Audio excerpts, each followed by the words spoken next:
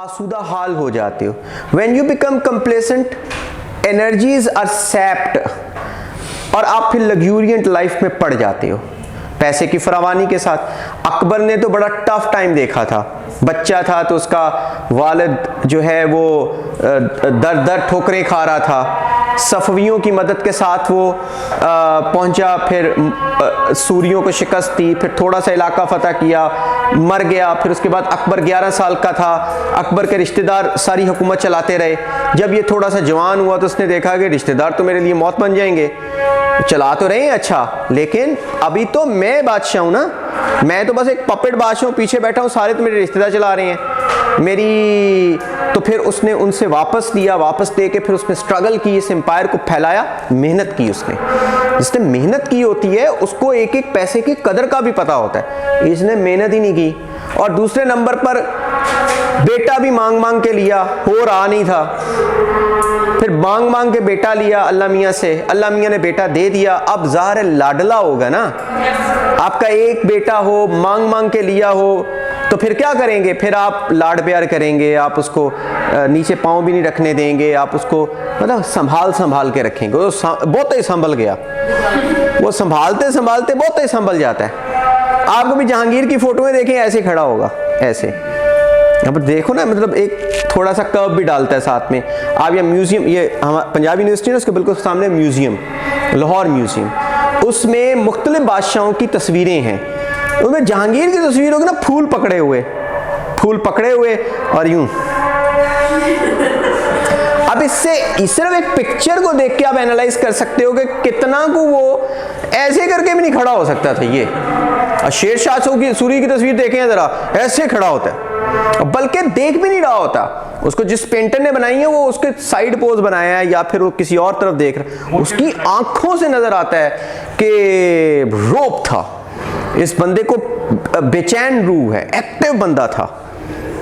और आप तस्वीर देख लें जहांगीर की, जहांगीर है, और फूल भी गुलाब का, लाल रंग का फूल। इससे क्या, इसका मतलब है कि नाजुक तबीयत थी, तबीयत जरा।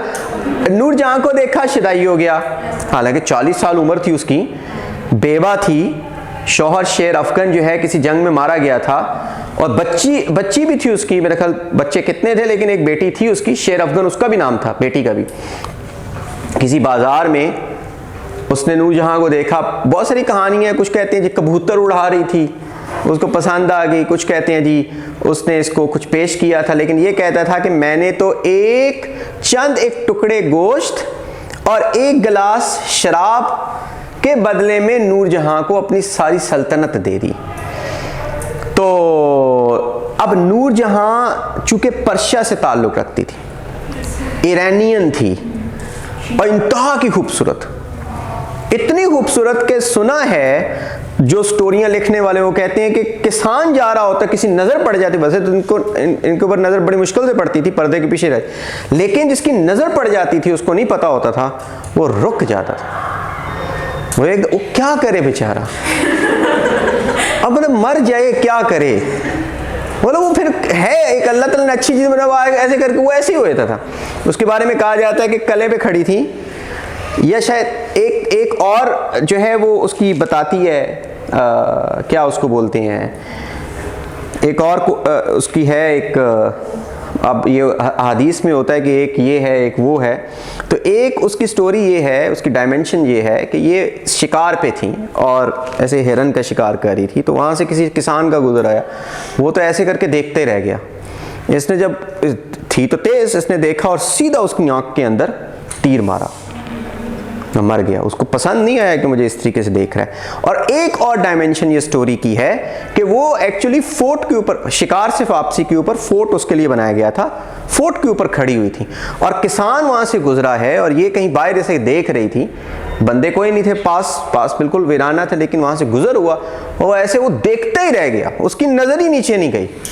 पहली थी ना, कौन सी दूसरी मारी थी नजर, उसने जो है ना ऐसे वो देखता ही रह गया, इसने जाके ना सीधी उसकी आंख के अंदर उसने वो मारी, तो वो मर गया। I mean arrogance, beauty with arrogance. और इसके बाद चूंकि वो पर्शिया से ताल्लुक़ रखती थी और इंतहाई नफीस किस्म की खातून थी, यानी पहनना ओढ़ना इंतहाई महंगा, इंतहाई नफीस।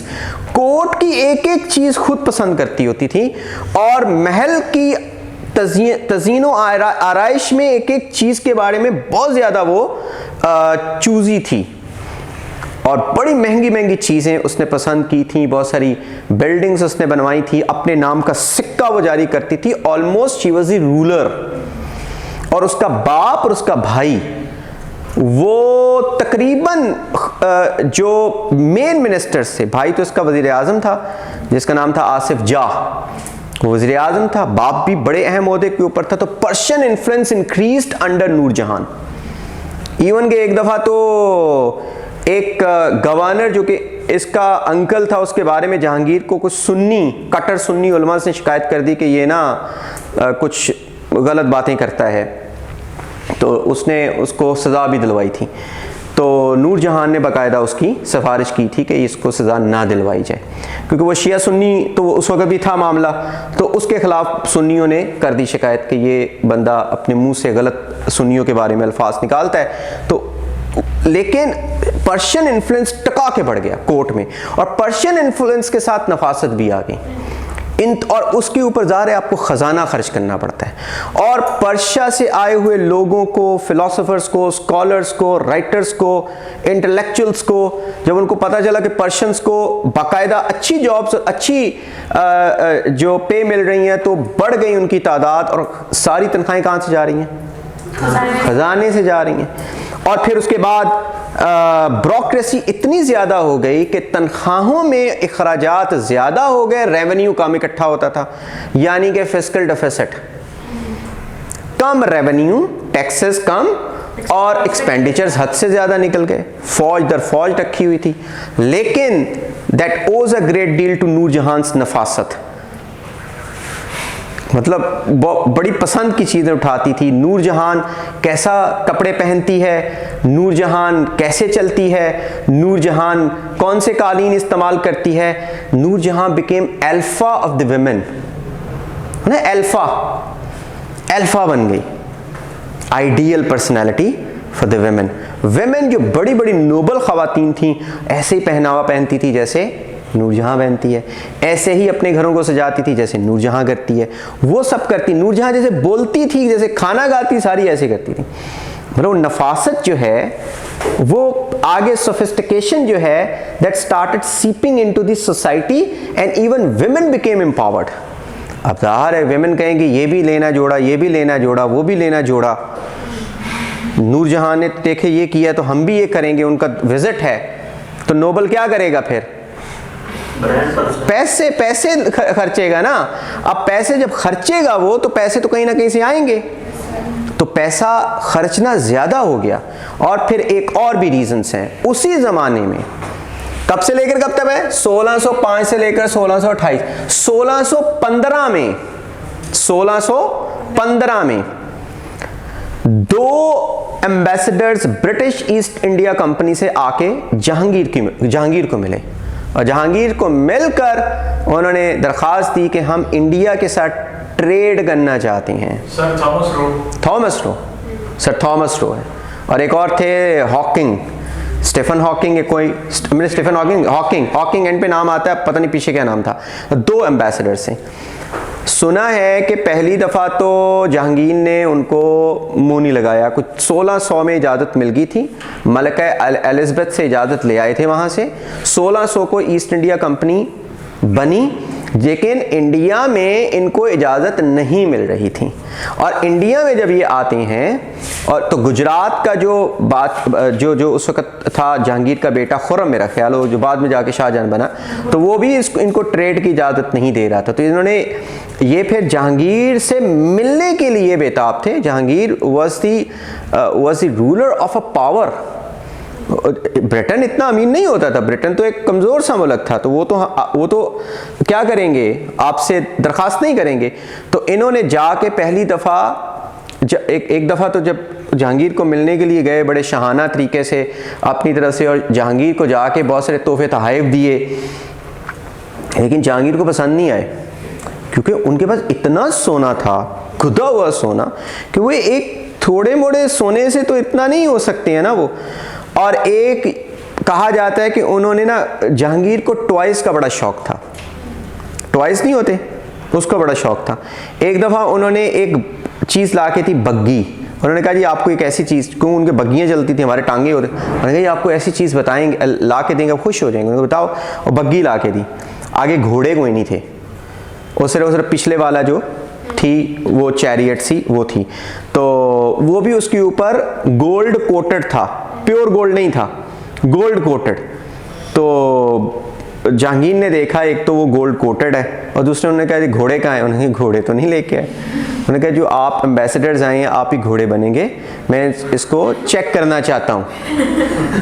बाकायदा वो घोड़े बने और भाई साहब पीछे बैठे, चाबुक लेके वो दौड़ते थे और पूरे महल में तालियां बजती थीं। पूरे महल में तालियां। और ये जो एम्बेसडर्स थे, अब ये पता नहीं वही थे थॉमस रो, ये दूसरे ही होंगे, तो ये दौड़ते थे और वो चाबुक के साथ ऐसे करता था और सारे वो उसको ना देते थे। तो इसका मतलब ये था कि जहांगीर को पसंद नहीं आया, उसको तो गुदा हुआ सोना पसंद आता है, बीटन गोल्ड। और इस तरीके से पूरे वो पैलेस के उसने चक्कर लगवाए। फिर एक दफ़ा कहा जाता है, एक राइटर लिखता है कि उसने जाके जहांगीर को सोने की, उसके ऊपर रूबीज एम्बेडेड थे, एक विसल दी। तो जहांगीर चाइल्ड लाइक खुशी उसके चेहरे पर आई, जब उसने बजाई तो सीटी बजी और पूरे हॉल में बड़ा खुश हुआ। कहता पूरा 1 घंटा बजाता रहा जहांगीर, पूरा 1 घंटा सीटियां ही बजाता। अब ये देखो, ये नाजुक वाली हरकतें हैं ना, बच्चों वाली हरकतें। तो भाई तो और टॉयज, अब चूंकि जहांगीर बादशाह है, he was an alpha for the others, तो when he was using these toys and he loved for them, he showed a lot of love। तो फिर क्या किया, ब्रिटेन ने ला के टॉयज, नई नई चीज़ें, क्योंकि शाही लोग पसंद बड़े करते थे, उनकी देखा देखी सारे नोबल्स भी, और उस पर आपका एक्सपेंडिचर ज़्यादा हो रहा है, तो आपका जो रेवेन्यू है फॉरेन एक्सचेंज रिजर्व बाहर जा रहा है। गोल्ड है ना, गोल्ड आपका बाहर जा रहा है, वो उसको बेचते थे, लेके बाहर चले जाते थे। लेकिन बाहर इंडिया से बहुत सारी चीज़ें लेके जाते थे, तो इंडिया को भी दे के जाते थे, लेकिन इस तरीके से एक्स्ट्रावेगेंस बहुत ज़्यादा हो गई। द पीरियड ऑफ लग्जरीज कैसे? Number 1, the influence, the Persian influence, the Persian influence, the Persian influence. Nur Jahan became symbol of sophistication, sophistication in fashion and luxurious style. Her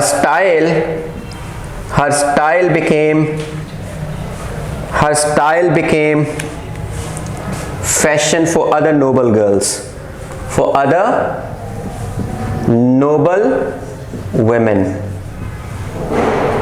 फिर expenditures increased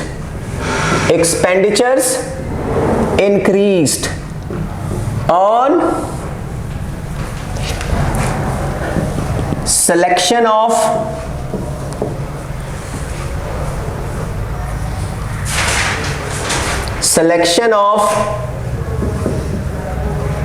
products from furniture to curtains and carpets to everything, to every bit.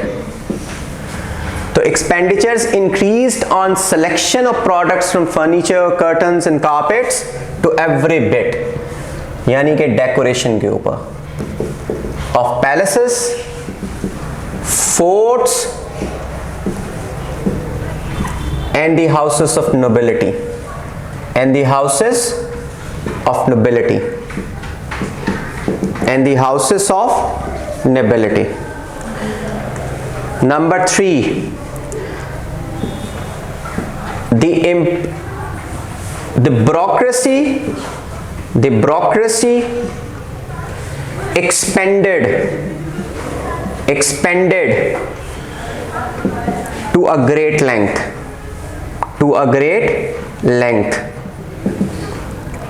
Most probably with the influx of Persian talent, because of नूर जहान। ठीक है, तो उससे क्या होता था, उससे होता था in form of salaries, the larger part of treasury was spent, और इसको कहते हैं fiscal deficit. Fiscal deficit was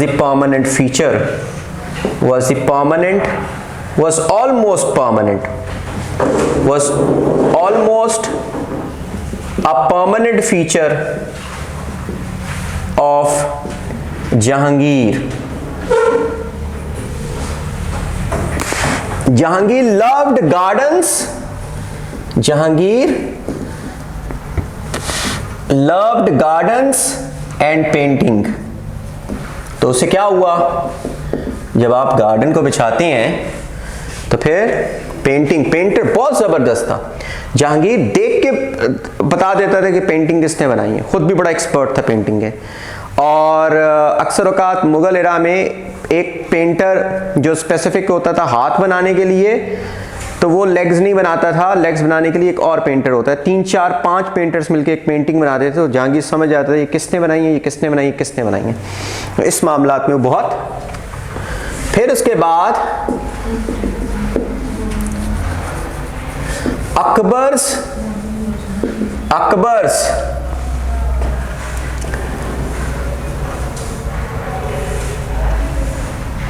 toil to construct a large empire.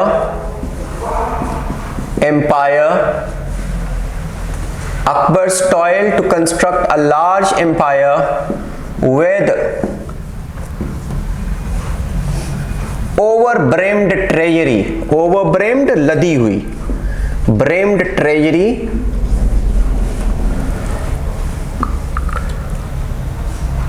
was enough to give Mughals stability for centuries. तो फिर क्या हुआ, with that laziness, with that luxuriant life, energies seemed sapped, और उसके साथ जब एनर्जीज सैप हो जाएं, खत्म हो जाएं, थोड़ी रह जाएं, तो फिर इसके रीजन है कंप्लेसेंस